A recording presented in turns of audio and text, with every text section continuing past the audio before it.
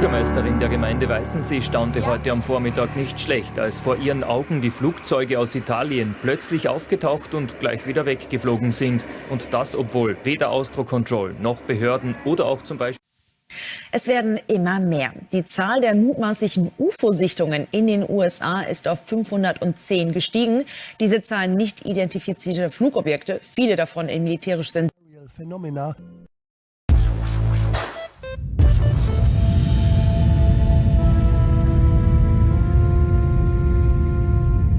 Just for a moment, imagine a universe awash with life, where we humans are not the only intelligent beings around.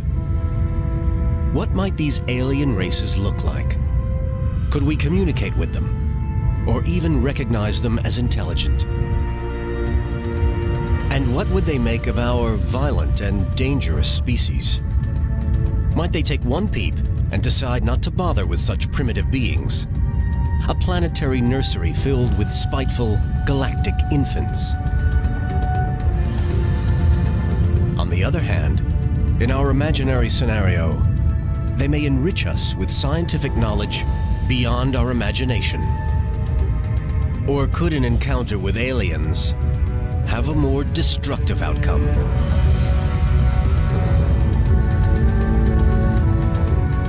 It could be a bad day for humankind.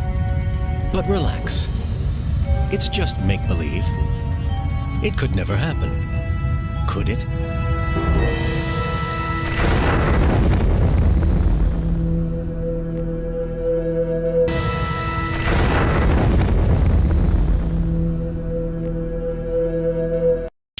Welcome to our home, the Milky Way.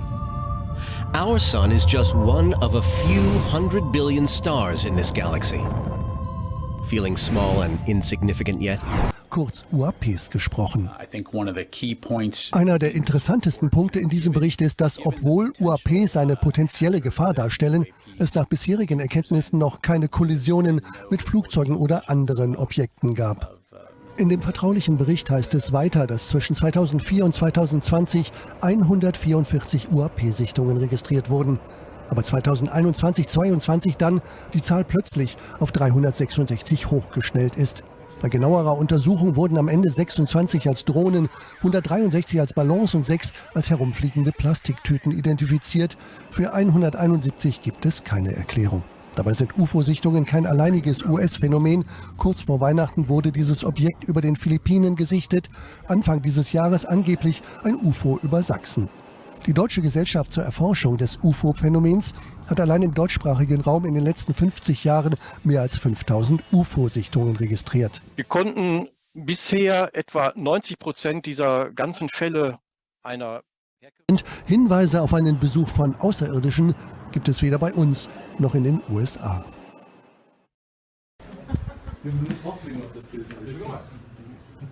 Oh, krass, seht ihr das auch?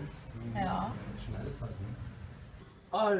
Oberösterreich wurden 3 Arbeiter in einem Haus verschüttet. Nur einer. Das alte Haus einstürzt. Auch die Nachbarn. Dass man vielleicht den Schuttkegel irgendwie absieht. Quell muss lange warten.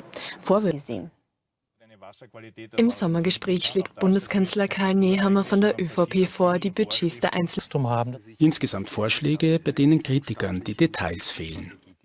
Fordert ein Österreich. Dass Ostteil ein Flugzeug Wasser aufgenommen hat und dann ein paar Minuten später ist es eh schon bei uns nachher vorbeigeflogen und wieder hinten rausgezogen. Mit Kräfte noch mehrmals am Weißensee Wasser holen. Morgen und Donnerstag von 9 bis... Das Wetter die kommenden Tage auch für die Weinlese. Stürmisch auffrischenden Wind aus Süd. Vielen Dank, Anni. Das war's von OF3 aktuell am Markt. The Czech Republic is unusual in the number of unexplained UFO cases, but it's craft with no windows, kind of shiny metallic craft. They were given orders to shoot it in country cottages. And so a young woman from Prague, I think she was a maternity nurse, was recently as the summer before last, I think they do appear in the tabloid papers from time to time, but different from the sighting in Vrenov nad Dee in 1987. That was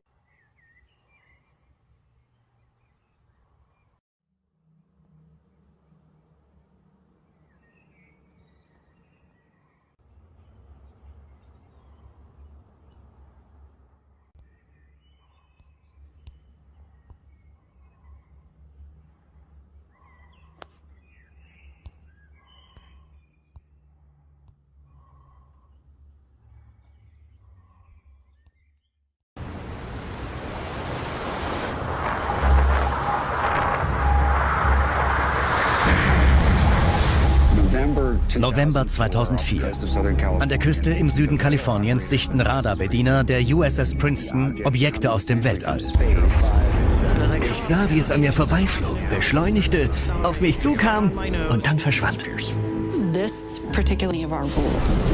Was konnte das sein? Wir sahen es zum ersten Mal. Wir wussten nicht, ob es eine Gefahr darstellte oder was es war. Wir wissen es. Sie existieren. Unsere Piloten sichten UFOs bereits seit Jahrzehnten. Es gab Sichtungen in den 40er, 50er und 60er Jahren. Uns wurde ein unbekanntes Flugzeug südlich des Felds gemeldet. Hunderte Objekte in den Countys Westchester, Dutchess und Putnam. Alles, was sich unbefugt im Luftraum auffällt, ist gefährlich. Zahlreiche Personen glauben fest an UFOs und wollen andere davon überzeugen. Und das ist auch gut so. Das Militär und die Regierung haben die Leute angeprangert. Die Zeugen hatten Angst, bloßgestellt zu werden. Die denken, man sei verrückt. Ganz einfach. Das Stigma musste beseitigt werden. Republikaner sind genauso neugierig wie Demokraten. Diejenigen, die daran glaubten, mussten es beweisen. Wenn sie etwas gesehen haben, war ein Beweis notwendig. Jetzt liegt diese Verantwortung bei der Regierung. Sie muss nun beweisen, dass es kein Universum außer unserem gibt. Uns erreichen jede Nacht Berichte. Ich weiß nicht, was das ist. Es fliegt um mich herum. Bei dem Wort UFO denken die meisten an grüne Männchen, Elvis auf dem Mutterschiff und Aluhüte. Wo kam es her? Doch es handelt sich um reale Objekte, die im US-Luftraum gesichtet werden, an teils streng vertraulichen Orten. Und sie bewegen sich in einer Art und Weise, die wir uns kaum erklären können. Wir besitzen Videomaterial von UAPs, unidentifizierten und stutzig. Wir müssen dem Ganzen auf den Grund gehen, um unser Land zu beschützen.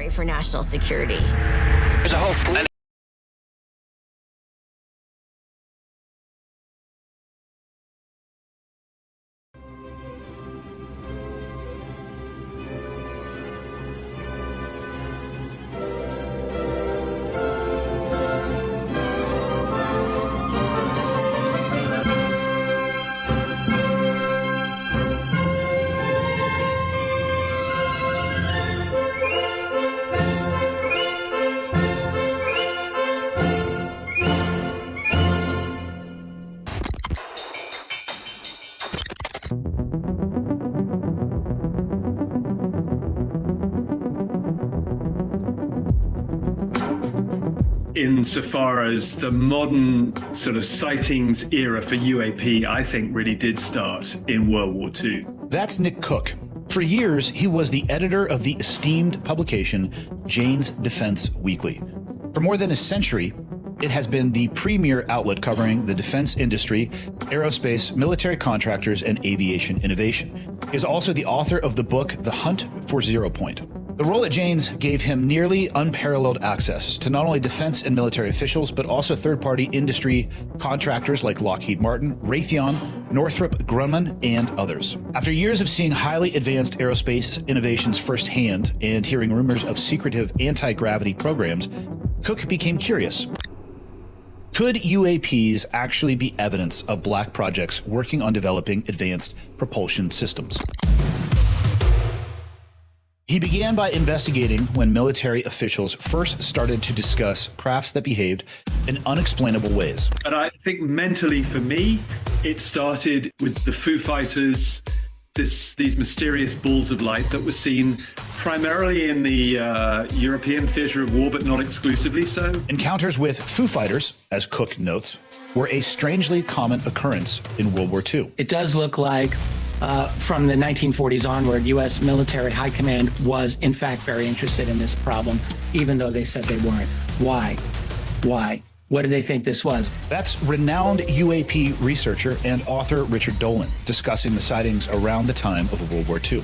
So you go through the early documents and ask yourself, what were they saying about it? And you discover, oh, there was actually quite a few declassified through FOIA military reports that describe pretty fascinating encounters. Air Force pilots encountering solar white discs that fly under their plane, and the pilot feels a bump as it goes underneath. It's like, what the hell was that in 1951? Or a CIA memo to the director of the CIA from his head of scientific intelligence in 1952 that says sightings of unexplained objects at high altitudes and high speeds in the vicinity of sensitive U.S. installations are of such nature that they are not attributable to natural phenomena or known types of aerial vehicles. That's a pretty straightforward statement. And you know, when you read enough of these, you start to think the public persona of these flying saucers is very different than what was being discussed within the classified world. And so that's what got me hooked. The more Nick looked into World War II reports, the more he became drawn into diving deeper. I was actually very reluctant to get drawn into the whole kind of Nazi flying saucer mythos, because I came from a very, I like to think, respectable aerospace and defense background. So for me, diving into the sort of the Nazi flying saucer myth story from World War II was an awkward place to start. But I felt in order to do the story of truly exotic aerospace vehicles, I mean, you can read into that perhaps flying saucers if you want, but if I wanted to do that story justice, I had to start with World War II.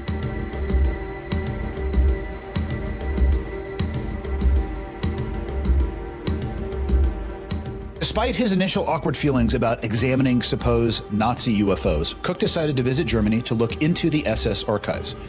His research led him to the work of a man named Hans Kammler. He was an SS general with overall responsibility for German secret weapons at the end of the Second World War, so from like 1944 through to the end of the war in 45. Along with overseeing the construction of several infamous concentration camps, Kammler headed Hitler's so-called Wunder Weapons program. Being a technocrat and an administrator, he had all the secrets at his fingertips. He knew literally where everything was going on, what it was. He wasn't an engineer in the sense that he had detailed knowledge of these programs, but if you were going to make a trade at the end of the Second World War, your life for knowledge, this guy had knowledge in spades. U.S. Air Force Captain Edward J. Ruppelt would later write that when World War II ended, the Germans had several radical types of aircraft and guided missiles under development. The majority were in the most preliminary stages, but they were the only known craft that could even approach the performance of objects reported by UFO observers. A CIA memo from 1952 reported that German engineer and former pilot Rudolf Schreiber had applied for a patent for a flying saucer that could, quote, rise and descend vertically or remain motionless in the air, and had a max speed of more than 2,400 miles per hour. Interestingly, Schreiber claimed that the plans for an actual model of his craft were stolen from his workshop in 1948 by agents who wanted to build the craft for a foreign power. Famed British aeronautical engineer Sir Roy Fedden, who worked on the World War II era craft for the Allies, later said, I have seen enough of their designs and production plans to realize that if the Germans had managed to prolong the war some months longer, we would have been confronted with a set of entirely new and deadly developments in air warfare. Whatever it was Germany was working on, if anyone would know the details, it would have been Hans Kammler.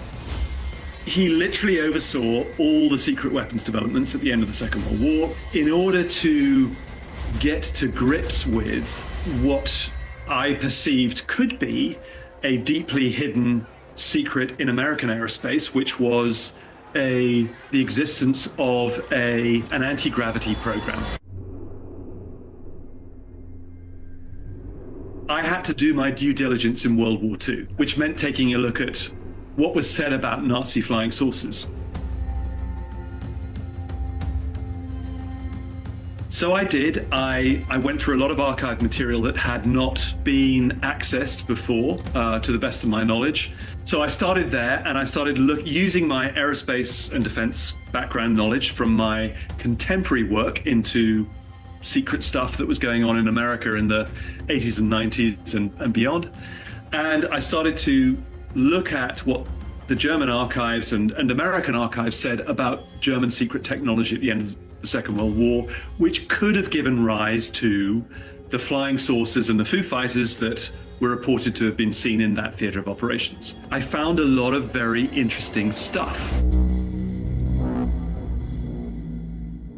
I think a lot of it had not been turned up before. There were many of the mechanisms that would have gone into a remotely piloted vehicle that could have been mistaken for or attributed to those Foo Fighter sightings. There were things like sensing technology the Germans were working on, which allowed a remotely piloted vehicle to follow an American or an Allied bomber stream by latching onto literally the smell of their engines, which is a phenomenally advanced concept for the time. I couldn't find any evidence that it had been developed into a system or a subsystem.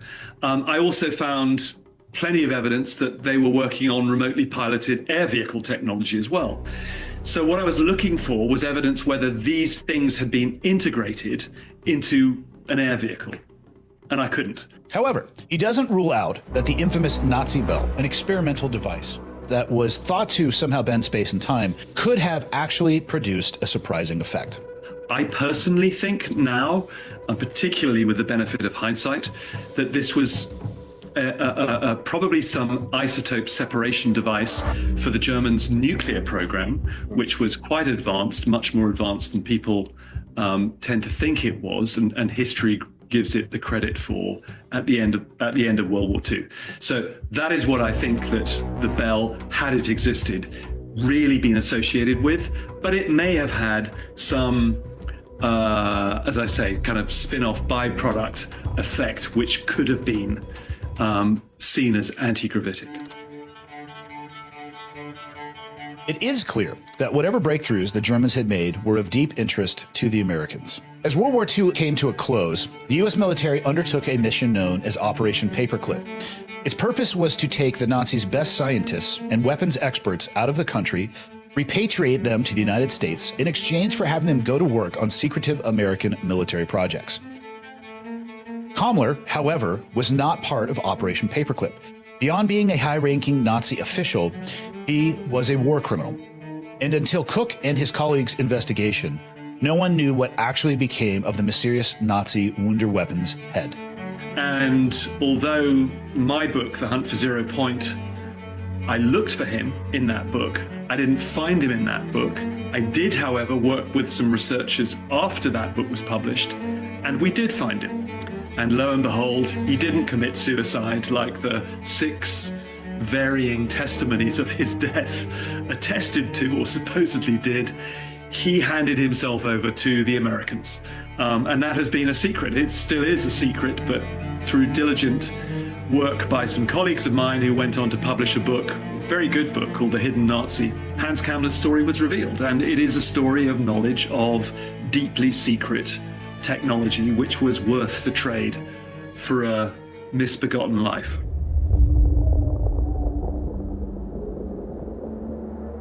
Not long after Germany's best scientists were relocated to America and Kammler spilled Germany's deepest weapons secrets, something strange began to happen in America. Odd craft started showing up, and in some cases, crashing in remote areas of the country. The kind of UAP era in the States really kind of kicks off in 1947 with sightings in the US Northwest, so Washington State to begin with, then around New Mexico, where of course you have the story of the Roswell crash, then a plethora of sightings in the US Southwest, many of them I have to say around nuclear sites. Roswell, the base, was home to the 409th Bomber Squadron, which was the first nuclear-capable unit, aerial unit, with B-29s, amongst which there had been aircraft that had dropped the first bombs on Japan.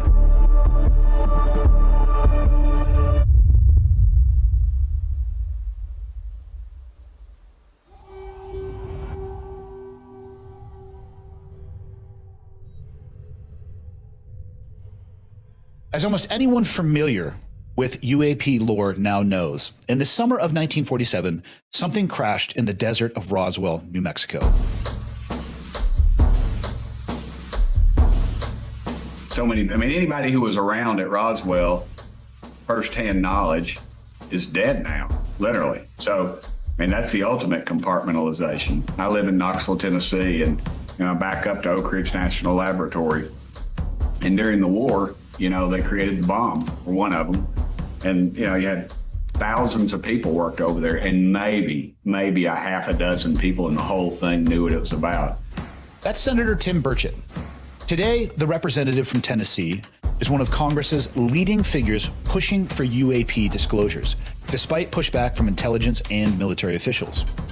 I was on one of these shows one time, and I told him, I said, I want y'all to know I'm not suffering from depression, and I will not be jumping off a cliff or shooting myself in the back of the head 6 times to commit suicide. I said, because a lot of these people don't like folks like me. He's long been skeptical of the military's account of the Roswell incident of 1947. They're hiding something. They've spent tens of millions of dollars at least since 1947 Roswell. If you look up Roswell, New Mexico, the UFO thing, and it's interesting, military intelligence comes out one day, literally issues a press release, it's in newspapers, saucer recovered. Then next day they pull this poor colonel out, and he's got a hold of the remnants of something that looks like a hot air balloon and says, oh, we made a mistake, it was a balloon. They just don't make mistakes like that. And military intelligence, to me, is like congressional ethics. I really don't think it exists. Ladies and gentlemen, it is full-on holiday season. So if you're still looking for an awesome gift that actually has some substance, I highly recommend Firecracker Farm Hot Salt. It's a product that I personally use every day, and I can stand behind it. Delicious really is an understatement. It has the kind of being looked into by scientists and these. So, and you have a little further to the north, 47 onwards. But Roswell wasn't the only place that these objects began showing up in the wake of both Operation Paperclip and the Manhattan Project. There seems to be this connection, and there long has been, between UFO sightings and nuclear sites. And that certainly was the case from 1947 onwards. Even when you look at the initial sightings over Washington State in 47, those were connected with the plutonium production sites that had been installed there during World War II. So that connection is pretty well established. You then get a lot of sightings over places like Albuquerque. Albuquerque is associated with a base called Kirtland Air Force Base, so literally abuts the civilian airfield at Albuquerque.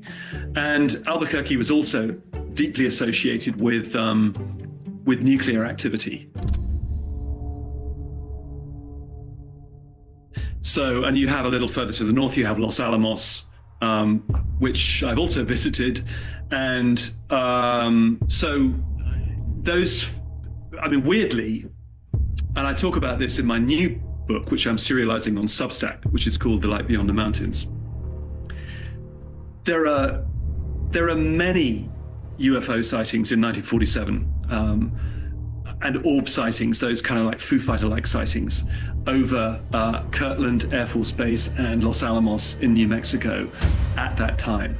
But weirdly, no one really makes the connection to those Foo Fighters of World War II. It's like they're dealing with something completely separate, which is a disconnect I do talk about in The Light Beyond the Mountains, and it's a curiosity, as we said. The orbs, so-called flying saucers, and other strange objects may have looked differently from each other, but they all shared a common trait. They seem to literally defy gravity and have no visible propulsion systems. This, while the military, with the help of former Nazi scientists, became extremely interested in the idea of anti-gravity technology. I think this kind of the aerospace angle of things, I think probably came in probably around the 1950s. We had the creation of Area 51 to start working on these top secret spy planes and bringing in, leading into the stealth era. And of course, hypothetically speaking, if crashed UFOs were kind of being looked into by scientists and these companies, that they could potentially try and incorporate some materials into this kind of stealth thing. I think that's the kind of era where a lot of progress was being probably made in physics as well. So you can kind of combine all those things together, and it makes sense that, looking back all these years later, that it was kind of the beginning of what we're seeing to this day. That's Disclosure Project founder and UAP researcher Vinnie Adams. As he notes, in the years after World War II, the military and defense contractors started working on very strange projects. In his book, The Hunt for Zero Point, Cook recounts receiving a photocopy of a magazine article from the 1950s in the mail while working at Jane's Defense Weekly, which sparked some interesting questions about the era's quest for anti-gravitic technology. This magazine article, as you said, landed on my desk at Jane's Defense Weekly. I look at it, it says something like the G engines are coming. It had been photocopied from some 1950s magazine. Don't know what it was doing on my desk, so I have no idea where it came from. Somebody must have sent it to me or sent it to the magazine, my magazine. And so there I am looking at this article, and I'm literally about to throw it in the trash when some names catch my attention in the article. Names like Convair and Lockheed and Sperry, and well-known aerospace names. And I'm looking at them, and there are these people who are quoted from those companies who are talking about an imminent anti-gravity breakthrough. So this article I was about to throw in the trash sort of gets gently kind of retrieved, and I'm looking around to make sure that I'm not being overlooked as I'm reading this thing, because it's really sort of in the lore of my publication at the time, bad form to be reading sort of something as it was kind of that taboo. But as I'm reading it, I'm seeing these quotes, as I say, that are saying a breakthrough in anti-gravitic technology is imminent. All of these companies are working on it. Give us, I don't know, I think this was in the mid-50s, so give us 5 to 7 years and we'll achieve a breakthrough. So of course, I have an aerospace background, so I'm going, well, I know that apart from probably in the Jetsons, the cartoon series, no one is flying around in anti-gravitic craft by the early to mid 1960s. So what happened? Were these guys all smoking something, or did something happen? Was there a breakthrough and it just went black? It went secret. At the time, Cook had been working in the aerospace industry for years, and it wasn't inconceivable that a technological breakthrough like this could be undertaken in secret. I knew that there was a pedigree in the US for stuff going black when there is a breakthrough that's happened or is imminent.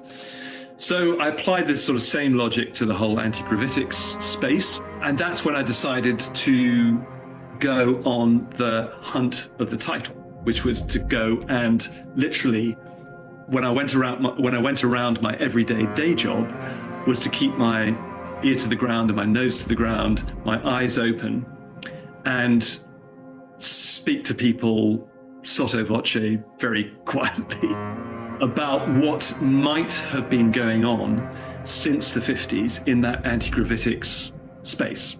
Cook's quest for evidence of anti-gravitic technology led him to the B-2 stealth bomber designed and built by the defense contractor and aerospace giant Northrop Grumman, which seemed to utilize some exotic new technologies. There was a rumor at the time that the B-2 stealth bomber employed some form of anti-gravitics to give it an extra little bit of lift. So it's not to say that, it obviously has jet engines, but through the work of a guy called Thomas Townsend Brown, who had also done some interesting work on electrogravitics in the 1940s and 50s, there was some conjecture that some of that Thomas Townsend Brown technology had gone into what's called a kind of flame jet generator. So it was an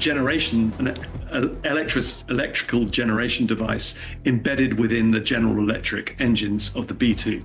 sounded like complete rubbish to me. But I had a colleague at Janes who sadly is no longer with us, and his name was Bill Gunston. He was a very famous aerospace writer, very good one. I mean, super knowledgeable. And Bill Gunston said in an article that he wrote that performance characteristics of the B-2, its weights, capabilities, the thrust of its jet engines, none of those things added up. I mean, in essence, what he was saying was that if you put all those things together, the B-2 shouldn't have been able to get off the ground, but somehow it did. So he then starts talking about all of this anti-gravitic technology in the article and Thomas Townsend Brown stuff. And he ends enigmatically by saying, but I better stop there, otherwise I'm going to go to jail in the Tower of London.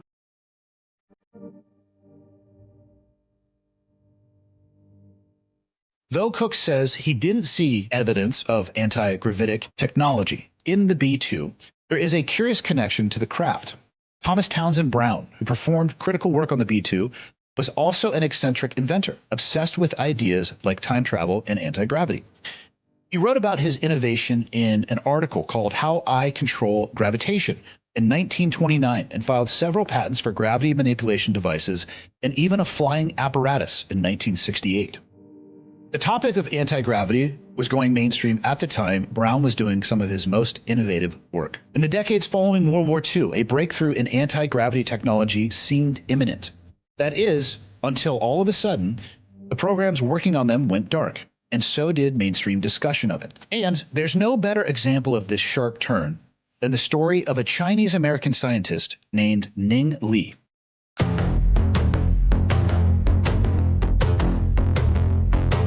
She was a physicist who worked at the University of Alabama at Huntsville. Huntsville, as people may know, is associated with rocketry and NASA, and that's where Wernher von Braun built his rockets. She was trying to replicate they were kind of like anti-gravity experiments of a Russian whose name is Yevgeny Podkletnov. And Podkletnov had supposedly discovered an effect wherein when you rotate a superconductor very, very fast at very high rotation speeds in the column of sort of air above the superconductor, imagine that as a sort of like a 12-inch LP that is spinning very fast on a record deck. In that column of air above that, there was a measured weight drop-off, a weight reduction of a weight suspended in that column of air of around 2 to 5%, which doesn't sound much, but actually, since that physically is meant to be impossible, it was pretty interesting. So Ning Li was trying to replicate that work, his work, at the University of Alabama at Huntsville.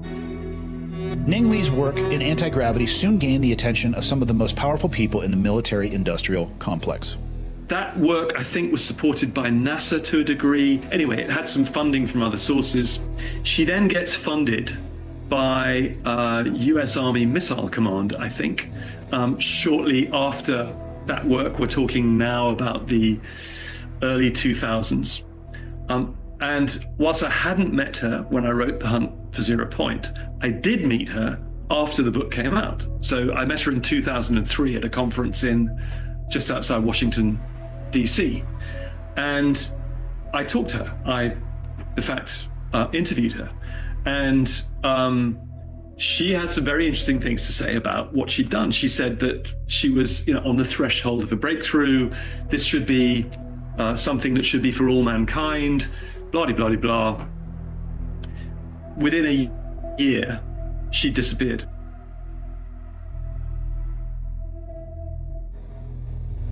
And she didn't turn up again, sadly, until she was reported to have died, which was a few years ago now. So the question is, what happened to her in the interim? Ning Li's story is symbolic of the story of UAPs and anti-gravity research in the time following World War II. Decades after, Lieutenant General Nathan Twining wrote that flying discs with strange propulsion systems needed to be investigated. In the 1980s and 90s, the topic went from a pressing concern to the fringes. Military officials, defense insiders, and aerospace engineers stopped speaking publicly about UFOs. And experimental aircraft and conversations around them were relegated to fringe media and Hollywood blockbusters. Things seemed to go dark, or maybe they actually just went black. So, what kind of craft might military special access programs and private black programs be working on?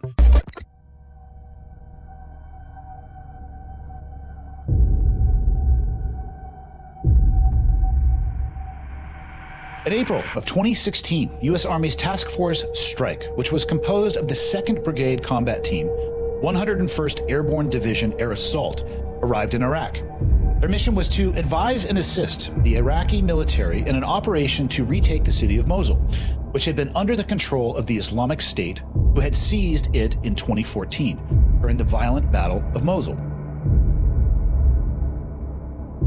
In the months leading up to the push into eastern Mosul, later that October, the Army's task force would be assisted by the U.S. Air Force to deliver precision strikes, as well as to provide intel to our Iraqi allies. Part of those efforts involved the use of a secretive spy aircraft to perform reconnaissance over the region. Though it has never been officially confirmed by intelligence officials, the spy plane was likely the Lockheed U-2 Dragon Lady. First developed by the Skunk Works division in the 1950s with covert funding from the CIA, the high-altitude plane has been one of the agency's most reliable spying tools for decades. It is able to fly undetected over remote regions and film down to the street level. It was on one of these reconnaissance flights that it filmed something that is still unexplained. It has become known as the Mosul Orb.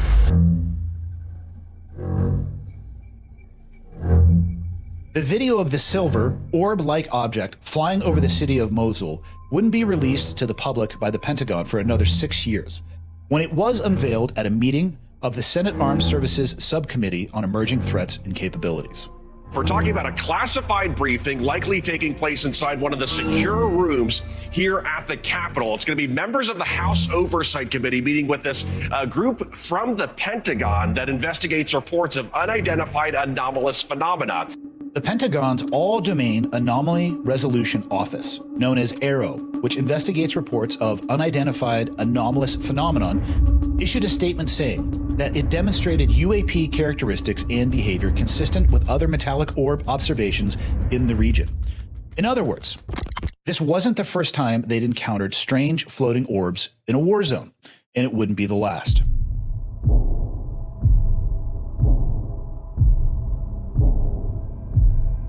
The Mosul encounter didn't surprise Pentagon officials. AARO was already familiar with strange orb-like objects. In fact, more than half of the sightings they investigated involved spherical UAP, according to leaked whistleblower documents. Clips of similar objects have also circulated online for years. Videos recorded by U.S. Navy personnel have added a new layer of evidence to the current national debate about UFOs. For 2 long hours on the night of July 15, 2019, the crew of the USS Omaha detected on multiple sensor systems unknown objects that surrounded the ship as it moved through ocean waters west of San Diego. One of the objects, a self-illuminated sphere at least 6 feet in diameter, flew alongside the Omaha for an extended period and was observed through a thermal sensor in the ship's combat center. Though AARO has said that many of the reported sightings they investigated could be attributed to common objects like balloons or consumer drones, hundreds still remain unexplained. I think that what the American people need to know is that the U.S. military and intelligence community are sitting on a huge amount of visual and other information, still photos, video photos, other sensor information, and they have for a very long time. And it's not those fuzzy photos and videos that we've been given. There's very clear, high resolution. How many visuals, graphics, videos, photos? I mean, I've been told hundreds, maybe thousands. That's journalist Michael Schellenberger testifying at the House Oversight and Accountability Subcommittee on Cybersecurity, Information Technology, and Government Innovations, Unidentified Anomalous Phenomena, Exposing the Truth hearing. He claims that a Pentagon whistleblower gave him documents that reveal a secret program called Immaculate Constellation. which involved a database of encounters with UAP from the military, orbs were also a common feature. The report describes various incidents found in the human intelligence databases. One involved orbs surrounding and forcing an F-22 out of its patrol area. In another incident, the crew of a Navy aircraft carrier watched a small orange-red sphere rapidly descend from a high altitude of 100 to 200 yards directly above the flight deck of the CVN or aircraft carrier. There's also eyewitness accounts from service members. As we convene here, UAP are in our airspace, but they are grossly underreported. These sightings are not rare or isolated, they are routine. Military aircrew and commercial pilots, trained observers whose lives depend on accurate identification, are frequently witnessing these phenomena.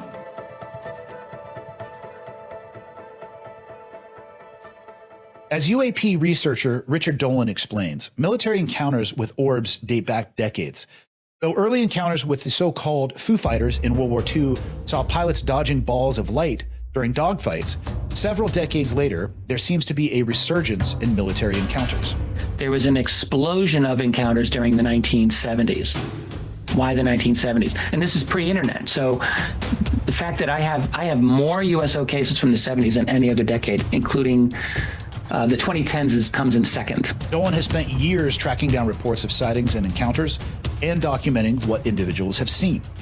There are many, many cases, military encounters again, where these objects seem to come in, hang out, sometimes cause electromagnetic interference as well, but then they take off.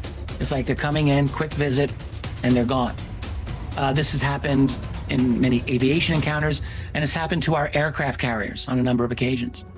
Objects would come in, glowing orange sphere hanging out over the USS John F. Kennedy aircraft carrier in 1971 for 20 minutes while all communications and weapon systems go offline. It was July 7th, July 2nd, 1971. And we have a name, a man named James Kopp, who was a communications specialist aboard the USS JFK at that time, and talked in great detail about this. There's no reason not to believe his account, in my view. And to the extent that you can check out what he says, things do check out, they corroborate. So this orange, spherical, whatever, did it come from below the water? Did it come from above? I don't know. All he knows is he's working communications. They start spewing out gibberish. And he hears on the intercom someone screaming, "It's God, it's the end of the world." And he's like, what is it? He goes out to look. He says it's nighttime and there is this thing. It glowed and it was like these bubbling colors like the sun. It gave off half the amount of light of daylight, he said. And it was just there. The ship went to battle stations, general quarters, after 30 seconds, and he had to go back to his communication station. But he said for the next 20 minutes, everything was offline. As former Jane's Defense Weekly editor and author Nick Cook explains, spheres of light were frequently observed during air battles.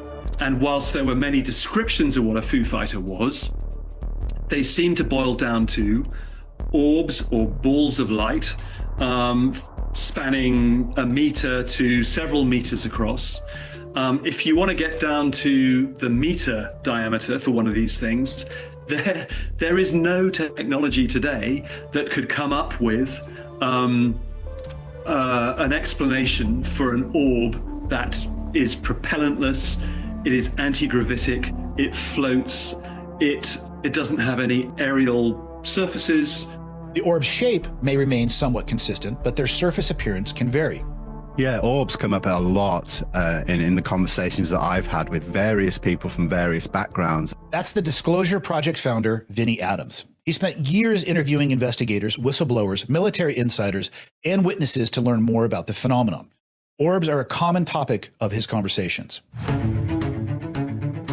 And these orbs, they don't always necessarily take on the same appearance. We do have orbs that form more of like a light or a plasma effect that can blink in and out of our reality, let's say. And then we also get these kind of metallic orbs that look like they are just structured. And then we get things in between where they can actually morph from one to the other. And, you know, these are quite small. So, you know, it leads people to kind of hypothesize that they may be some kind of drone or scout that could be sent out to observe. I mean, we certainly, as humanity and humans, we send out scouts and drones and things that to look into certain things, whether in war zones or even out into space. We send these, unmanned objects, let's say. So, that's a really good theory. Even though there are variations in how these orbs appear, one common feature is their unexplainable movements. They seem to float. The first object was a metallic basketball-sized sphere, and it was above a podium, and it looked like it was just levitating above the podium. Levitating above the podium. So there was space between the sphere and the podium itself. Correct. Early this year, a former Green Beret named Randy Anderson said he was working at a secretive underground facility at the Naval Surface Warfare Center, Crane, in Indiana. Randy has come forward to well-known podcasters in the UAP area, like Jesse Michaels, claiming that in 2014, he was shown extremely advanced orb technology at an underground black site, which he says was called the Off-World Technology Division. We moved on down another hallway and got into an area that had a marking on the wall and said off-world technology. It said off-world technology. Whether or not he's telling the truth may not be possible to confirm. But assuming he is, why would officials at the underground facility name the area the Off-World Technology Division? Why would they let Randy and others see it? Whether or not it was real, or a psyop to plant disinformation about real highly advanced technology or actual off-world craft, is not verifiable. But what is the propulsionless nature of the orbs often witnessed by military aviators that seem to be able to levitate, like the sphere Randy Anderson claims to have been shown. Yeah, it's really strange how there doesn't seem to be any kind of obvious form of propulsion. And I guess, we've heard many theories over the years about how these things maneuver and what energy, how they get their energy. And, are they fully anti-gravity, or there's some kind of a electromagnetic effect that's allowing them to manipulate space and time. And so to the point where, they wouldn't, even at high velocities, they wouldn't make any sonic boom because they're not actually flying with any sort of friction against our air in our atmosphere, that we could see them physically and they look like they're here, but they could just be outside of what we understand. I think that, there's been a lot of conversations around that, but also a multitude of theories on the actual propulsion systems, but it's certainly something that's so exotic that it doesn't seem like anything that our current levels of physics can understand or even replicate. Sphere encounters even became a common occurrence off the coast of Virginia Beach, where they showed up in the flight paths of F-18s. Here's former flight pilot Ryan Graves again testifying before lawmakers in 2023. In 2014, I was an F-18 Foxtrot pilot in the Navy Fighter Attack Squadron 11, the Red Rippers. And I was stationed at NAS Oceana in Virginia Beach. After upgrades were made to our jet's radar systems, we began detecting unknown objects operating in our airspace. At first, we assumed they were radar errors, but soon we began to correlate the radar tracks with multiple onboard sensors, including infrared systems, eventually through visual ID. During a training mission in Warning Area Whiskey 72, 10 miles off the coast of Virginia Beach, two F-18 Super Hornets were split by a UAP. The object, described as a dark gray or a black cube inside of a clear sphere, came within 50 feet of the lead aircraft and was estimated to be 5 to 15 feet in diameter. The mission commander terminated the flight immediately and returned base. Our squadron submitted a safety report, but there was no official acknowledgement of the incident and no further mechanism to report the sightings. Soon, these encounters became so frequent that aircrew would discuss the risk of UAP as part of their regular pre-flight briefs. The object that Grave and others encountered were described as clear spheres that had gray cubes inside. The pilots determined that they couldn't be balloons. They were often motionless, even in hurricane-force winds. Though, as Grave notes, there was a stigma attached to discussing the encounters. The Navy would go on to officially acknowledge 11 incidents that were such close misses that they required pilots to take evasive action. Nothing that we have in our inventory whatsoever around the world that we know of, first of all, right? Doesn't mean that American or any other tech is not out there, but if it's a foreign adversary, that's pretty wild and we better be scared. I'd rather it be a UFO, let's be honest. That's Chrissy Newton. She's the host of the podcast Rebelliously Curious and a reporter with the outlet The Debrief.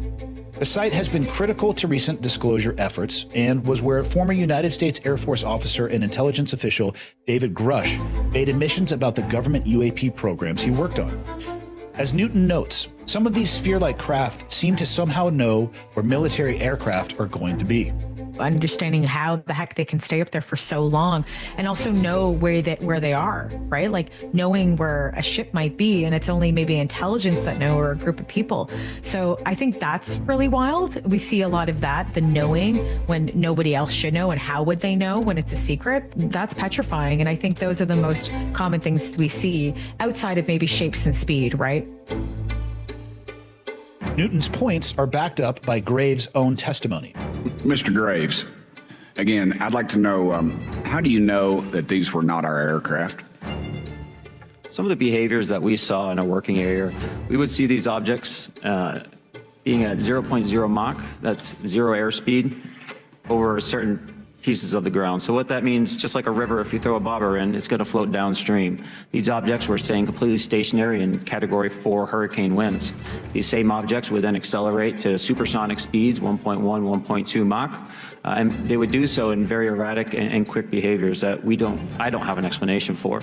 Okay, have you spoken to commercial and military pilots that have seen these off of our East Coast? I have.